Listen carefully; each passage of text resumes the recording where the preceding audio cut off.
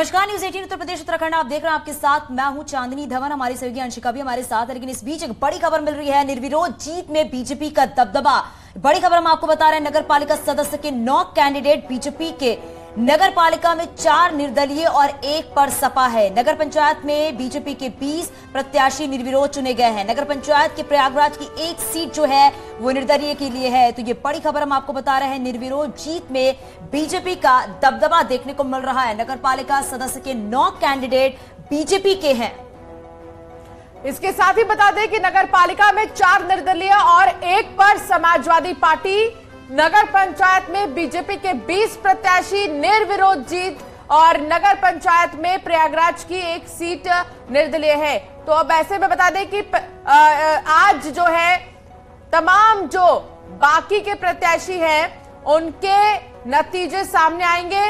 निर्विरोध चुनाव पहले ही हो चुके हैं और उनके नतीजे आपको हम बता रहे हैं, लेकिन आज जो नतीजे आएंगे वो भी आपको बताएंगे। लेकिन धीरे धीरे ये नतीजे आने शुरू होंगे।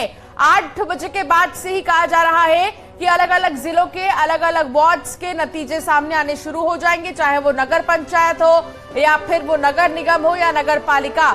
हर नतीजे सबसे पहले आपको टीवी स्क्रीन पर दिखाएंगे। टीवी के हर तरफ आप देख सकते हैं कि तमाम जो जगह है वहां पर आप प्रत्याशियों के चेहरों के साथ देखेंगे कि कौन आगे है और कौन पीछे है।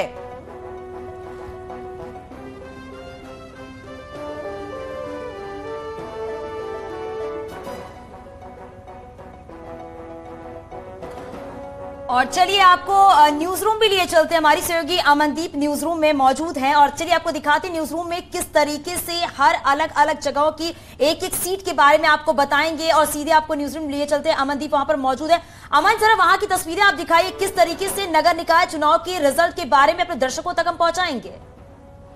चांदनी, इस वक्त मैं न्यूज रूम में मौजूद हूँ जिसे खबरों का एपिसेंटर कहा जाता है। और देखिए मेरे पीछे आप अगर तस्वीरें देंगे कि तो यहाँ पर आपको पूरा मतगणना वाले जो फील है वो आप ले पाएंगे, क्योंकि ये तस्वीरें आप देखिए हर एक सीट की यहाँ पर आपको जानकारी मिलेगी और सबसे तेज सबसे सटीक रिजल्ट हम आप तक पहुंचाएंगे। और देखिए हर एक सीट पर नजर हमारी बनी हुई है। और अगर आप न्यूज रूम को एक बार पूरी तस्वीरें देखेंगे तो आपको जो तस्वीरें हैं वो बेहद चुनावी नजर आएंगी। और मेरे साथ में कुछ लोग भी हैं यहाँ पर जो कि लगातार नजर बनाए हुए हैं। आप 96 सीट पर नजर बनाए हुए हैं। हालांकि 8 बजे से काउंटिंग शुरू होगी, लेकिन उससे पहले अगर हम मुकाबले की बात कर ले तो कितना मुकाबला दिलचस्प यहाँ पर रहने वाला है। और जो सीधी टक्कर है, क्या यहाँ पर भी समाजवादी पार्टी और बीजेपी के बीच में है? यहाँ पे जो सीधी टक्कर है वो समाजवादी पार्टी और अपना दल एस के बीच में है। रिंकी कोल और कीर्ति कोल के बीच में कड़ी टक्कर है। 39% वोटिंग हुई है और अभी काउंटिंग शुरू होगी तो धीरे धीरे रुझान सामने आने लगेंगे, तो पता चलेगा कौन आगे है कौन पीछे है। तो लेकिन यहाँ की सीट की बात करें तो यहाँ पर वोटिंग परसेंटेज पहले के मुकाबले काफी ज्यादा कम था, जिसको लेकर कई सारे एक्सपर्ट्स ये दावा भी कर चुके हैं कि इसका सीधा फायदा भारतीय जनता पार्टी की जो सहयोगी दल है उसको मिल सकता है। और यहाँ पर स्वार के नतीजे भी हम आपको बताएंगे। देखिए स्वार में बाय इलेक्शन हुए थे और यहाँ पर आजम खान की जो किस्मत है वो दाव पर लगी हुई है, क्योंकि अब्दुल्ला आजम की सदस्यता जाने के बाद में यहाँ पर भी अपना दल एस और साथ ही समाजवादी पार्टी के बीच में सीधा मुकाबला है। और ये मुकाबला काफी ज्यादा दिलचस्प रहा, लेकिन वोटिंग परसेंटेज भी यहाँ पर काफी ज्यादा कम था। आप स्वार सीट पर नतीजे की अपडेट देंगे, लेकिन उससे पहले जरा मुकाबले के बारे में आप बताइए कि क्या यहाँ का चुनावी माहौल आपने देखा? वोटिंग परसेंटेज काफी ज्यादा कम थे। देखना है, अभी तो आजम का गढ़ है, बचा पाते हैं या नहीं। अभी तक तो नुकसान ही हुआ है। 8 बजे शुरू होता है, फिर देखते हैं आगे क्या है। बिल्कुल, देखिए 8 बजे जब वोटिंग काउंटिंग यहाँ पर शुरू हो जाएगी तो उसके बाद ही नतीजे स्पष्ट हो पाएंगे। लेकिन उसके बाद देखिए अगर बरेली की हम बात कर ले तो बरेली की सीट भी यहाँ पर काफी ज्यादा दिलचस्प रही। उसके बाद में शाहजहांपुर की अगर हम बात करें तो ये सीट भी काफी ज्यादा अहम थी। लेकिन अगर वही हम एग्जिट पोल की बात कर ले तो ज्यादातर सीटों पर भारतीय जनता पार्टी विजय दिलाती हुई नजर आ रही है। लेकिन वहीं दूसरी बार अगर हम ये देखें कि 14 सीटें पहले मेयर 14 भारतीय जनता पार्टी के थे और वहीं बीजेपी ने यह भी दावा किया था कि पहले के मुकाबले इस बार सीटें और ज्यादा बढ़ेंगी, यानी कि मेयर की संख्या और ज्यादा बढ़ेगी। बिल्कुल, शाहजहांपुर के लिए इस बार का चुनाव इसीलिए भी खास है क्योंकि यहाँ पर पहला मेयर चुना जाएगा। शाहजहांपुर को हाल ही में 2018 में नगर निगम घोषित किया गया था और उसके बाद पहला मेयर यहाँ का होगा। इसीलिए भी बहुत खास हो जाता है शाहजहांपुर। जो शाहजहांपुर पे अब जो डेस्क संभाल रहे हैं उनसे भी एक बार पूछिए कि किस तरीके से वहां के जो समीकरणों को वो देखा जा रहा है और वहां का मुकाबला कितना दिलचस्प रहा है शाहजहांपुर का। बिल्कुल, देखिए शाहजहांपुर का जो मुकाबला है वो बेहद दिलचस्प रहेगा इस बार। ना सिर्फ शाहजहांपुर, मुझे तो लगता है कि पूरा उत्तर प्रदेश जहां जहां नतीजे आने हैं मुकाबला काफी ज्यादा दिलचस्प है। और हमारे सहयोगी लगातार देखिए नजर बनाए हुए हैं। और क्या अपडेट है, मतलब कैसा मुकाबला यहाँ पर आप देख रहे हैं। और जो सीधी टक्कर की अगर हम बात कर ले तो कौन सी पार्टी जो बढ़त बनाती हुई दिखाई दे रही है? देखिए, जो नतीजे तो अभी नहीं आए हैं और काउंटिंग 8 बजे से शुरू होगी, लेकिन फिलहाल जो एग्जिट पोल बताते हैं उसमें बीजेपी आगे चल रही है और करीब 14 सीटों पे बीजेपी बढ़त बनाती हुई दिख रही है। और यह बरेली में बीजेपी से उमेश गौतम और सपा से संजीव सक्सेना के बीच टक्कर है। जी, तो देखिए यहाँ पर भी भारतीय जनता पार्टी। बिल्कुल अमन, आपके पास आएंगे अमन। गोरखपुर लिए चलते हैं, हमारे सहयोगी रामगोपाल हमारे साथ जुड़ गए। रामगोपाल, जरा तस्वीरें वहां की दिखाइए, क्योंकि अब से थोड़ी देर के बाद काउंटिंग जो है वो शुरू हो जाएगी। सबकी निगाहें टिकी हुई हैं कि हालांकि आज क्या होने वाला है, शहर की सरकार किसकी बनने वाली है।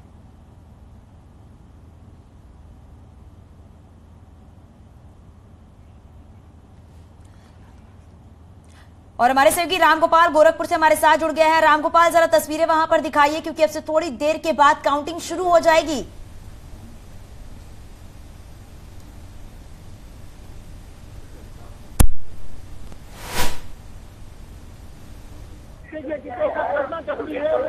दिखाएं आपको, तो देखिए कि जो मतगणना कर्मी हैं वो यहाँ पे मौजूद हैं और इस वक्त यहाँ पे जो है अब तैयारी शुरू हो गई है। अब से कुछ ही देर में जो स्ट्रांग रूम है वो खोल दिया जाएगा और वहां से जो है जो प्रत्याशी हैं, जो अधिकारी हैं, ऑब्जर्वर यहाँ पे मौजूद हैं, उनकी मौजूदगी में स्ट्रांग रूम खोला जाएगा और फिर उसके बाद सारी टेबलों पर जो है मतों की गिनती की जो प्रक्रिया है उसके लिए यहाँ पे ईवीएम पहुंचना शुरू हो जाएगा, बैलेट पेपर पहुंचने शुरू हो जाएंगे, उनकी मिलान शुरू हो जाएगी, जिसके कारण 8 बजे से एग्जैक्ट जो है वो गिनती शुरू हो जाए। अब देखिए कि यहाँ पे जो तैयारी है वो लगभग पूरी हो चुकी है और यहाँ जो अधिकारी हैं वो अधिकारी भी यहाँ पे मौजूद हैं और अब से कुछ ही देर बाद यहाँ पे जो गिनती है वो शुरू हो जाएगी। स्ट्रांग रूम अब से कुछ देर में खोल दिया जाएगा और उसके बाद जिससे ईवीएम यहाँ पे चला है, बैलेट पेपर पे जो मतदान हुआ है वो यहाँ पे आ जाए और यहाँ पे आने के बाद जो है उसकी गिनती शुरू हो सके। तो आप देखिए यहाँ पे इस वक्त सीडीओ मौजूद हैं और उन्हीं के नेतृत्व में अब गिनती शुरू होने वाली है और यहाँ पे ऑब्जर्वर भी मौजूद है। कर्मचारियों की अगर हम बात करें तो यहाँ पे जितने भी टेबल 40 टेबल लगाए गए हैं, 40 टेबल पे कर्मचारी यहाँ पे पहले से ही मौजूद हैं। तो पूरी तैयारी प्रशासन की तरफ से कर लिया गया है। बस अब समय का इंतजार किया जा रहा है कि जैसे ही घड़ी की सुई 8 बजाएगी वैसे ही यहाँ पे मतगणना शुरू हो जाएगा। आज चूंकि बड़ा दिन है, प्रत्याशियों के सियासी भाग्य का फैसला आज होना है, तो उसके लिए जो है यहाँ पे तैयारी है। गोरखपुर नगर निगम की अगर हम बात करें तो गोरखपुर नगर निगम में जो है मुख्य मुकाबला भारतीय जनता पार्टी और समाजवादी पार्टी के बीच ही देखने को मिल रहा है, लेकिन यहाँ पे जो है कुल 13 प्रत्याशी मेयर पद के लिए चुनावी मैदान में हैं, जबकि पार्षद पद के लिए 555 प्रत्याशी चुनावी मैदान में हैं। वहीं अगर हम नगर पंचायतों की बात करें तो 11 नगर पंचायतों में 132 प्रत्याशी मैदान में हैं और बिल्कुल रामगोपाल, आपके पास वापस लौटेंगे, लेकिन इस बीच लखनऊ से एक बड़ी खबर मिल रही है। मुख्तार अंसारी के करीबी पर बिल्डर का कसा शिकंजा। ये बड़ी खबर हम आपको बता रहे। बिल्डर जितेंद्र सप्रा के ठिकानों पर तलाशी की जा रही है। ईडी की टीम ने तलाशी ली है। लखनऊ, नोएडा के ठिकानों पर भी तलाशी की जा रही है। मनी लॉन्ड्रिंग मामले में तलाशी की जा रही है। मुख्तार का काले धन सफेद करने का शक है। ये बड़ी खबर हम आपको बता रहे हैं। तो मुख्तार अंसारी के करीबियों पर बिल्डर का शिकंजा देखने को मिल रहा है। बिल्डर जितेंद्र सापरा के ठिकानों पर तलाशी की जा रही है और ईडी की टीम लगातार तलाशी कर रही है। बिल्कुल, तो देखिए अब शिकंजा जो मुख्तार अंसारी के करीबी हैं उन पर भी कसता जा रहा है, लेकिन हमारे तमाम संवाददाता अलग अलग जगहों से बने हुए हैं हमारे साथ। उपेंद्र द्विवेदी हमारे साथ हैं वाराणसी से। उपेंद्र, वाराणसी में मुकाबले की अगर हम बात करें तो तो किसके बीच जबरदस्त मुकाबला रहा है, राजनीतिक इतिहास क्या कहता है और काउंटिंग की को लेकर भी क्या जानकारी मिल रही है?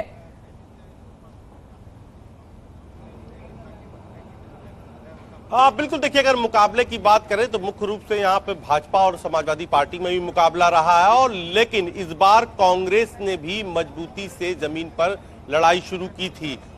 लेकिन जो मुकाबला था वो अब मुख्य रूप से भाजपा और समाजवादी पार्टी के बीच में हो गया है। मुस्लिम वोटों पर इस बार बंटवारा हुआ है, क्योंकि कांग्रेस ने भी कई जो मुस्लिम बेल्ट थी वहां पर सेंध लगाई है, तो ऐसे में उसका सीधा तौर पर नुकसान समाजवादी पार्टी को होता दिख रहा है।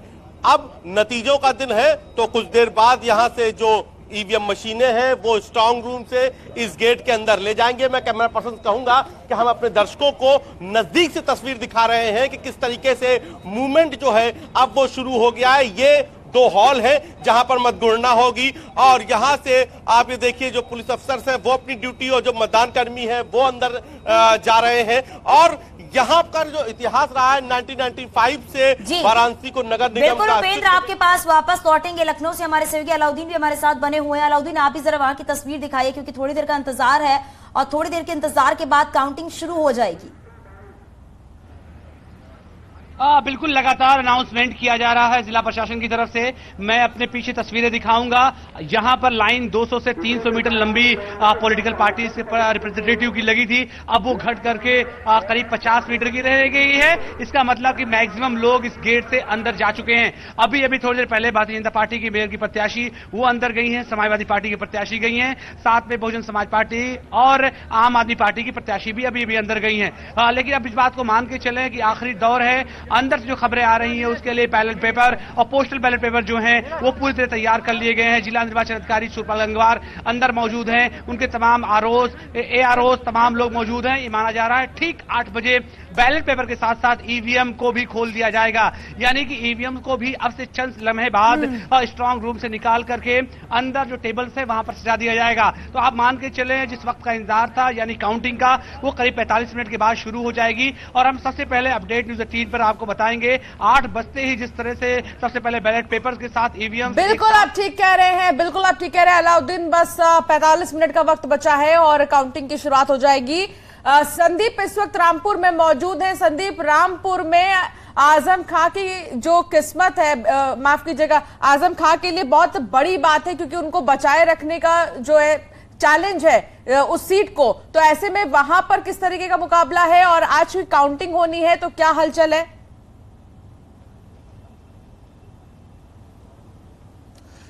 देखिए, आजमगढ़ में रामपुर का सियासी किला कितनी देर तक टिकता है ये आज अभी 12 बजे के बाद क्लियर हो जाएगा, क्योंकि स्वार ही सीट इकलौती उनकी बची थी जहां पर उनके बेटा अब्दुल्ला आजम 2 बार लगातार जीते थे। उनको कोर्ट से सजा होने के बाद सीट सदस्यता गंवानी पड़ी थी। वहीं आज स्वार सीट पर उनके उत्तराधिकारी के तौर पर सपा ने अनुराधा चौहान को बतौर प्रत्याशी मैदान में उतारा था, और स्वार सीट पर करीब 6 कैंडिडेट मैदान में थे। इनमें सबसे ज्यादा जो मुकाबला माना जा रहा है वो भाजपा समर्थित अपना दल एस के प्रत्याशी शफीक और सपा के कैंडिडेट अनुराधा चौहान के बीच कड़ा मुकाबला बताया जा रहा है। ठीक हमारे पीछे देख सकते हैं, यहाँ पर स्वार विधानसभा सीट की काउंटिंग होगी। ठीक 8 बजे यहाँ पे मतगणना शुरू हो जाएगी। इसको लेकर सुरक्षा व्यवस्था के पूरे इंतजाम किए गए हैं। पुलिस, पीएसी के साथ साथ अर्धसैनिक बलों की भी तैनाती की गई। साथ ही प्रशासन ने सख्त निर्देश दिए हैं कि कोई भी कैंडिडेट होगा जो जीत का जुलूस नहीं निकाल सकता, अगर कोई भी ऐसा करता है उस पर सख्त कार्रवाई की जाएगी, मुकदमा दर्ज किया जाए। वहीं स्वार सीट की अगर सियासी समीकरण की बात करें तो स्वार सीट ऐसी रही है जो कभी किसी दल को उसने निराश नहीं किया। यहां तक कि बिल्कुल भाजपा, कांग्रेस, सपा, बसपा के साथ साथ जनसंघ के भी कैंडिडेट ने यहां पे विजय हासिल की है। बिल्कुल संदीप, क्योंकि यहाँ पर कांटे की टक्कर देखने को मिल रही है और हमारे साथ हमारे खास मेहमान भी जुड़ गए हैं। बीजेपी प्रवक्ता अवनीश जी हमारे साथ जुड़ गए हैं, साथ ही समाजवादी पार्टी से अशोक यादव जी भी हमारे साथ जुड़ गए हैं। अवनीश जी, सबसे पहले आपसे ही जानना चाहेंगे, क्योंकि हमारे सहयोगी लगातार चप्पे चप्पे पर बने हुए हैं और एक एक सीट की सही जानकारी हम अपने दर्शकों तक पहुंचाएंगे। लेकिन स्वार सीट की अगर बात की जाए तो वहां पर कांटे की टक्कर देखने को मिल रही है और अब यह भी है कि चुनौती जो है वो भी नजर आ रही है। अवनीश जी, क्या कहेंगे?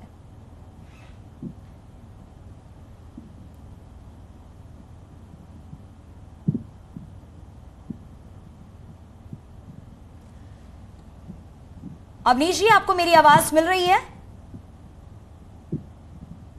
तो चलिए अवनीश जी के साथ जुड़ेंगे और बातचीत करेंगे। अशोक जी भी हमारे साथ हैं जो कि समाजवादी पार्टी के प्रवक्ता हैं। अशोक जी, क्योंकि अभी हमारे सहयोगी बता रहे थे रामपुर की स्वार सीट की अगर बात की जाए तो यहाँ पर कड़ा मुकाबला देखा जा रहा है। इस कड़े मुकाबले को देखते हुए एक चुनौती भी नजर आ रही है, इसको कैसे देखते हैं आप अशोक जी? देखिए, रामपुर की स्वार विधानसभा सीट में कहीं कोई चुनौती ही नहीं है। अब तो चंद घंटे ही बचे हैं उसके रिजल्ट आने में।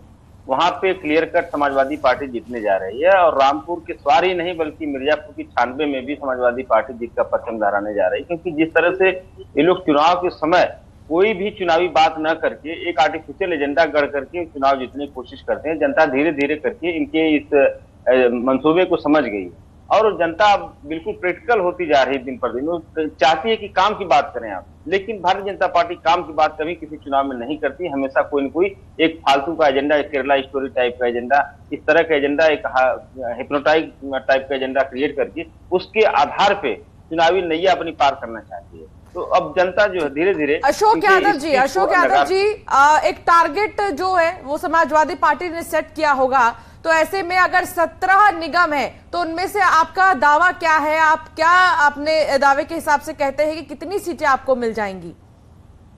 समाजवादी पार्टी सिर्फ नगर निगम की बात ही नहीं करती। जो जनता का जो सबसे क्लोज जो निगम होता है वो होता है नगर पंचायत। हाँ। जहाँ पे ग्रामीण जनता जुड़ी रहती है उससे। तो नगर पंचायत हो चाहे नगर निगम हो चाहे नगर पालिका हो, मैं तीनों ही मामलों में पूछ रही हूँ आपसे। अगर 17 निगम की है तो उसमें कितनी समाजवादी पार्टी की होंगी? नगर पंचायत 544 है तो कितनी समाजवादी पार्टी की? आपको क्या लगता है, किस पे कॉन्फिडेंस है आपको? कितने पे कॉन्फिडेंस है? समाजवादी पार्टी का पूरा कॉन्फिडेंस है कि इस बार समाजवादी पार्टी पिछले चुनाव से बहुत बेहतर करने जा रही है तीनों सेक्टर्स में, जिसकी इसकी बात करें। बिल्कुल अशोक जी, आपके पास वापस लौटूंगी।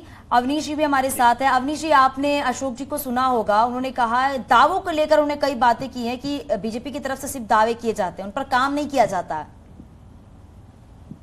देखिए, पिछले चुनाव के नतीजे भी आपको बता रहे हैं। 2014 से लगातार जो प्रदेश की जनता प्यार दे रही है बाकी सबके सामने फिर निकाय चुनाव में वादा कर अभी 17 नगर निगमों पर भारतीय जनता पार्टी का परचम आने जा रहा है। सपा का खाता नहीं खुलेगा और नगर पंचायतों में, नगर पालिका परिषदों में भारतीय जनता पार्टी पिछले चुनाव से ज्यादा कहीं बेहतर।